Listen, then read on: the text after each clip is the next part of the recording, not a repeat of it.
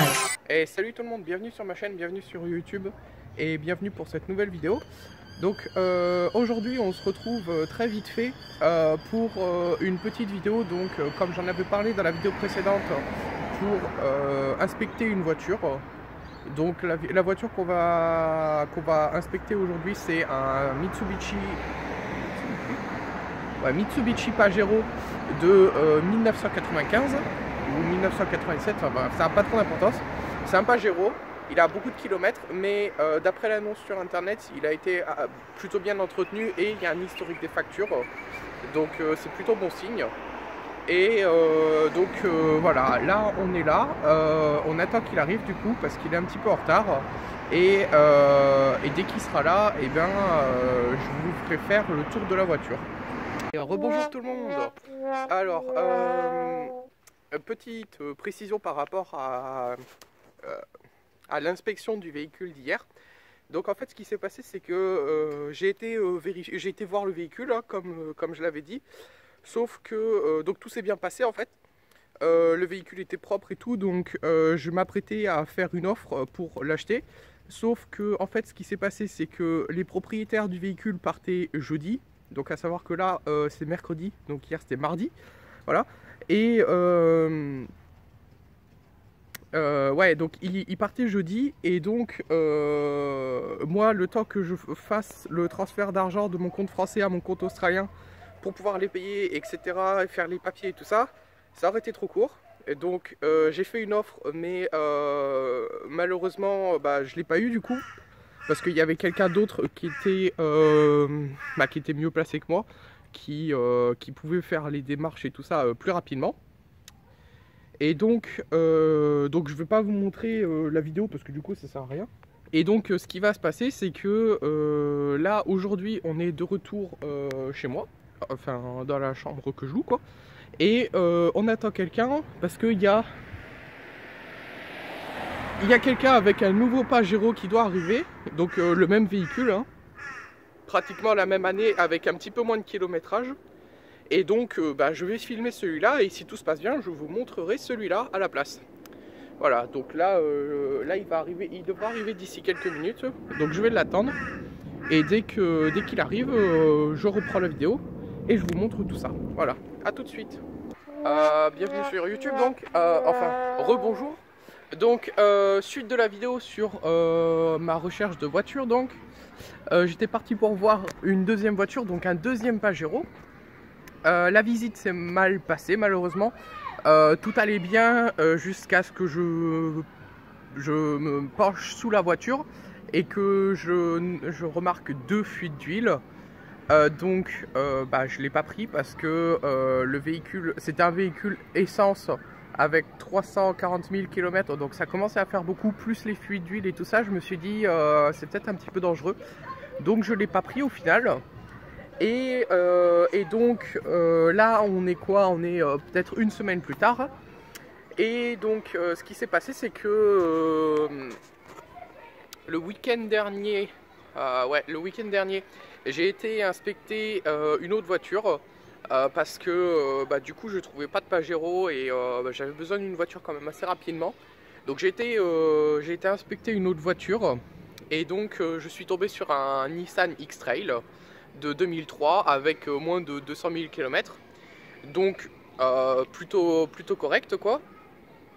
Et donc ce qui s'est passé, c'est que j'ai été l'inspecter.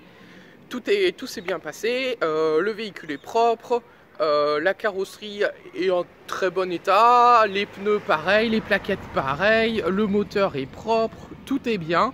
Donc ce que j'ai fait, c'est que je l'ai acheté. Et donc le voilà, je vous le montre là, voilà. Et donc le voilà, donc c'est ma nouvelle voiture. Donc, voilà, vous voyez, il y a un pare-buffle sur le devant avec des lumières additionnelles. Il y a pratiquement rien dessus, donc je vais avoir pas mal de modifications à faire. Mais sinon, comme vous pouvez le voir, il est globalement relativement propre. Et donc ce qui va se passer, c'est que comme lorsque j'ai fait l'inspection du véhicule ce week-end, j'ai oublié de filmer, et ben je vais le refaire maintenant. enfin du mieux que je peux, hein. Et je vais vous montrer un peu ce que moi je vérifie quand je fais une inspection du coup. Donc c'est pas la meilleure chose à faire, hein. J'oublie sûrement des trucs et tout, étant donné que j'ai beaucoup moins de connaissances dans ce domaine-là que sur les motos. Mais voilà, je vais vous montrer ce que moi j'ai checké avant d'acheter ce véhicule. Donc, premièrement, les pneus. Donc les pneus, on regarde évidemment s'il n'y a pas de craquelure sur le côté, hein. On regarde le témoin d'usure, donc là il est excellent. On fait pareil sur les 4 pneus bien entendu. Ensuite, on regarde les amortisseurs. Si ils n'ont pas l'air craquelés, fendus ou quoi que ce soit, ou même rouillés, ça peut arriver. Donc là pareil, on est très bien. Ensuite, ce qu'on peut faire, c'est que, hop, on va juste décaler ça. On tourne le volant au maximum. On va sûrement pouvoir voir les plaquettes.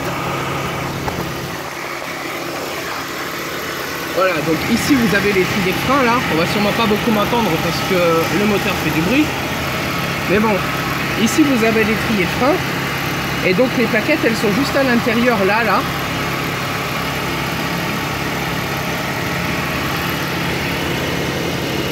Donc on les voit pas bien. Mais bon voilà, au moins vous savez où est-ce qu'elles sont. Donc ensuite on peut remettre le volant droit. Hop, ça devrait être droit là. Gagné. Voilà, on peut arrêter le moteur. Ah non, pas celle-là. Ça c'est le trappe à essence. Voilà, on referme. Donc bien évidemment on fait ça sur les 4 pneus. Hein. Et, ça paraît évident, mais bon voilà. Sachant que ce sera un petit peu plus dur à faire sur les pneus derrière. Ensuite, donc, on peut regarder si je la trouve. Voilà, elle est là. Hop. Ensuite, on ouvre donc le capot. Ça va être difficile à faire d'une main, surtout que c'est chaud.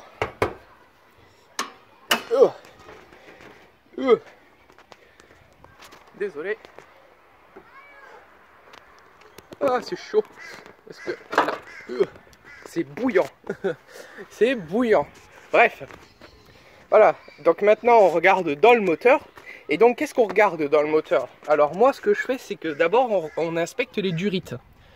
Donc, les durites, c'est tous ces trucs comme ça, là. Là, ici, il y en a une. Enfin, tous les trucs comme ça. Et pour savoir si une durite est en bon état, il suffit d'inspecter le contour du truc. Donc c'est mieux de le faire à froid. Là je vais pas trop toucher parce que c'est chaud, je viens de rouler. Donc c'est super chaud, etc. Mais voilà, donc on inspecte l'état de la durite. Il faut pas qu'elle soit craquelée ou gonflée. On peut passer son doigt dessous pour voir un peu partout si on sent des craquelures ou quoi que ce soit. Donc ici on est très bien. Vous voyez que les durites elles ont l'air pratiquement neuves en fait. Donc c'est très bien. On vérifie que les colliers soient pas rouillés. Ici, là, tous ces trucs-là, ne soient pas rouillés. Qu'est-ce qu'on vérifie d'autre? On peut vérifier l'état des courroies. Donc ici, voilà, ici, là, il y a une courroie. Elle part ici et tout. Sur le côté, là, on le voit pas bien sur mon téléphone. Mais voilà, tout ça, c'est une courroie. Et elle s'étend jusqu'en dessous sur ce véhicule. Jusque là. Ici là, voilà. Donc ça on peut vérifier que elle n'est pas craquelée ou quoi que ce soit. Donc là encore une fois on est bien. Voilà. Ensuite on vérifie les liquides évidemment. Donc on a un liquide ici. Ça c'est quoi ça? C'est écrit dessus. Donc ça doit être le liquide pour le lave-glace. Donc moins important évidemment. Donc on vérifie ce liquide là, ça c'est quoi? Ça doit être le liquide de frein si je me... Ah, le liquide de direction assistée. Donc évidemment il faut faire toutes ces mesures, toutes ces vérifications à froid. Parce qu'à chaud c'est pas pareil. Donc on en a un autre ici, ça c'est le coolant, le liquide de refroidissement. Donc c'est très important aussi. Ensuite, si on a un peu des brouillards, on peut, ça c'est la boîte à air, donc on peut ouvrir les petites pinces sur les côtés. Ici, il y en a 4 en tout, et l'autre elle est derrière là, pour inspecter le filtre à air, pour voir si il n'est pas, s'il n'est pas plein de poussière ou s'il est en bon état, etc. Donc ensuite on a la batterie là. Qu'est-ce qu'on vérifie d'autre? Bon après au niveau du moteur, ça va être à peu près tout. Voilà. Donc une fois qu'on a fait ça, on se penche. Je vais refermer le. C'est bouillant. Voilà, on va refermer ça. Je sais pas où est-ce que ça se met, bordel. C'est chaud. Voilà. Donc on referme ça. Et ensuite on va se pencher sous la voiture. Voilà. Hop, allez, c'est parti. Et donc sous la voiture on inspecte quoi? Donc sous la voiture on va inspecter la ligne d'échappement. Comme vous la voyez ici. Donc de préférence il faut qu'elle soit pas rouillée. Mais sur les vieux véhicules on faisait des lignes d'échappement en acier la plupart du temps. Donc ça arrive très souvent que sur les vieux véhicules les lignes d'échappement soient complètement rouillées. Donc ça on n'y peut pas grand chose. Ah oui, au passage le truc qui fuit là-bas là, c'est la clim. Vous en faites pas, c'est juste de l'eau. Et donc là la ligne est complètement rouillée. Donc il faudra la changer. Mais bon c'est pas grave parce que ça c'est ce que j'avais prévu dans mon budget. Et donc ça arrivera sûrement très bientôt. On essaiera de changer la ligne parce que celle-là elle est vraiment dans un sale état. Mais bon c'est le seul point négatif entre guillemets de la voiture quoi. Ensuite qu'est-ce qu'on inspecte? On inspecte, voit s'il n'y a pas de fuite comme celle-ci, mais ailleurs. Donc c'est-à-dire au niveau, en l'occurrence au niveau du compartiment moteur. Donc là je suis pas au bon endroit parce qu'il est tout là-bas là. Donc j'ai un peu la flemme. Mais voilà, on inspecte au niveau du compartiment moteur s'il n'y a pas de fuite d'huile. Hein. On cherche en priorité les fuites d'huile. Parce que c'est ça qui peut poser problème quoi. Et ensuite on cherche au niveau de la transmission et de l'axe de transmission. Pareil si on n'a pas de fuite d'huile quoi. Et donc là comme vous pouvez le voir, il n'y a rien du tout à part la clim. Mais bon ça c'est pas grave. Donc on est bien. Et voilà. Hop. Et voilà. Donc c'est à peu près tout ce qu'on vérifie sur... Enfin tout ce que moi je vérifie en tout cas sur une voiture. Je vais arrêter ça parce que ça bip et ça m'énerve. Voilà. Donc ensuite, si ça vous, si ça vous plaît, vous pouvez vérifier un million d'autres trucs. Pourquoi le coffre il s'ouvre pas? J'ai dû fermer la voiture. C'est pas grave.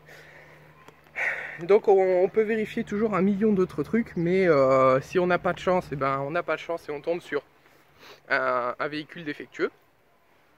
Mais bon, dans mon cas, ça a l'air très bien. Je veux dire, ça aurait pu être nettement pire. Et donc voilà. Donc à partir de maintenant, je vais essayer d'équiper un petit peu cette voiture pour pouvoir partir en road trip ou faire du tout-terrain avec quoi. C'est l'objectif parce que bien évidemment je peux pas le faire avec la moto. Et donc je vais installer un petit peu de matériel à l'intérieur pour que je puisse filmer quand je conduis. Et donc il y aura sûrement des vlogs sur la conduite de ce véhicule. Et donc ce sera sûrement plus sympa pour vous de... ce sera sûrement plus sympa pour vous de suivre mes vidéos s'il se passe des trucs en même temps que juste là, moi en train de parler quoi. Voilà, donc ça c'est l'idée. On va aménager un peu ce truc. On va le modifier un petit peu aussi, dans la limite du raisonnable. Hein, bien sûr, j'ai pas encore gagné au loto. Mais voilà, ça c'est les prochains plans. Et donc, sur ce, moi je vous dis à bientôt. Je vous souhaite une bonne journée. Portez-vous bien et ciao. Ah oui, et n'oubliez pas de like et de partager la vidéo aussi. Allez, ciao.